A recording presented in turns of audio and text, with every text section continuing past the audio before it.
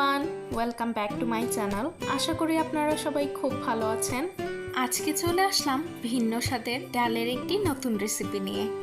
আশা করি আজকের এই রেসিপি আপনাদের কাছে খুব ভালো লাগবে। তাহলে চলুন দেখে নিই কীভাবে আমি এই ডালের রেসিপিটি তৈরি করছি। ডালের এই রেসিপি তৈরি করতে চায়ের কাপের 3 কাপ মসুর ডাল নিয়ে নিয়েছি এবং খুব ভালো করে ধুয়ে নিয়েছি। সাথে নিয়ে নিয়েছি 2টো ডিম। চুলায় একটি প্যান বসিয়ে দিয়েছি এবং পরিমাণ মতো তেলও দিয়ে দিয়েছি। এবার 2টো ডিম ঝুরি করে ভেজে নেব। পরিমাণ মতো লবণ দিয়ে দিলাম। এবার খুব ভালো করে নাড়াচাড়া করে ডিমটি ঝুরি করে ভেজে নেব।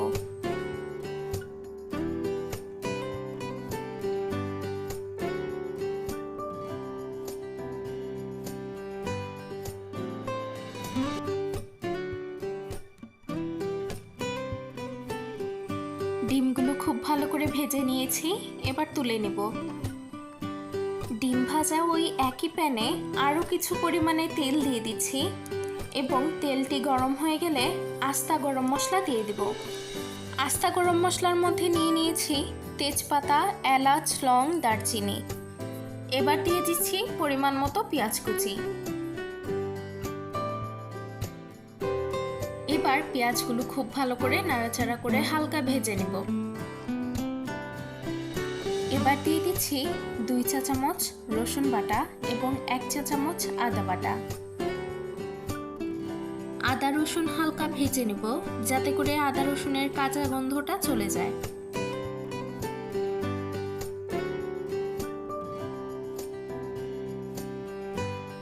আদা রসুন হালকা ভেজে নিয়েছি।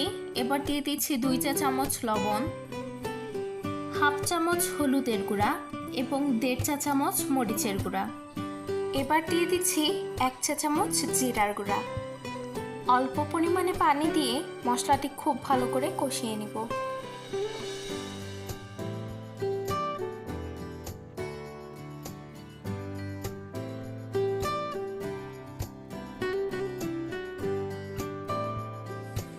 মশলাটি খুব ভালো করে কষিয়ে নিয়েছি এবং দেখতেই পাচ্ছেন মশলা থেকে তেলও উঠে এসেছে।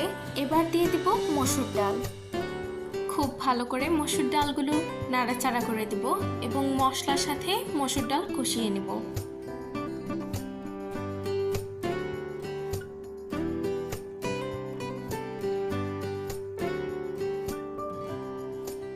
কিছুক্ষণ পর পর এভাবে নাড়াচাড়া করে দিচ্ছি এবং বেশ কিছুক্ষণ মসুর ডালগুলো কষিয়ে নিয়েছি। এবার অল্প পরিমাণে পানি দিয়ে মসুর ডালগুলো সিদ্ধ করে নিব।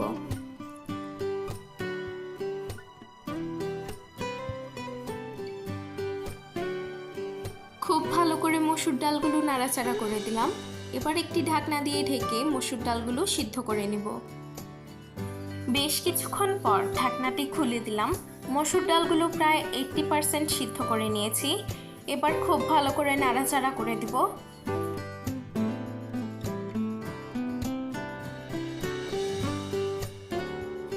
এবার ঝোলের জন্য পরিমাণ মতো পানি দিয়ে দিলাম এবং আবারও খুব ভালো করে নাড়াচাড়া করে দেব।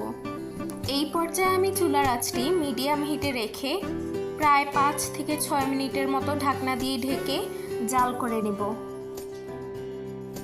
5-6 মিনিট পর ঢাকনাটি খুলে দিলাম। আবারও ভালো করে নাড়াচাড়া করে দিব এবং দেখতেই পাচ্ছেন ডালগুলো খুব ভালো করে সিদ্ধ হয়ে গেছে।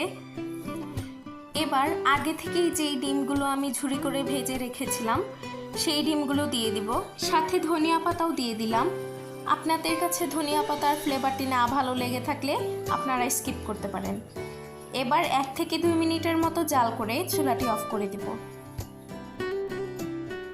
মাংসের স্বাদকেও হার মানিয়ে দিবে মসুর ডাল দিয়ে ডিমের আজকের এই রেসিপি। আশা করি আজকের এই রেসিপি আপনাদের কাছে খুব ভালো লাগবে।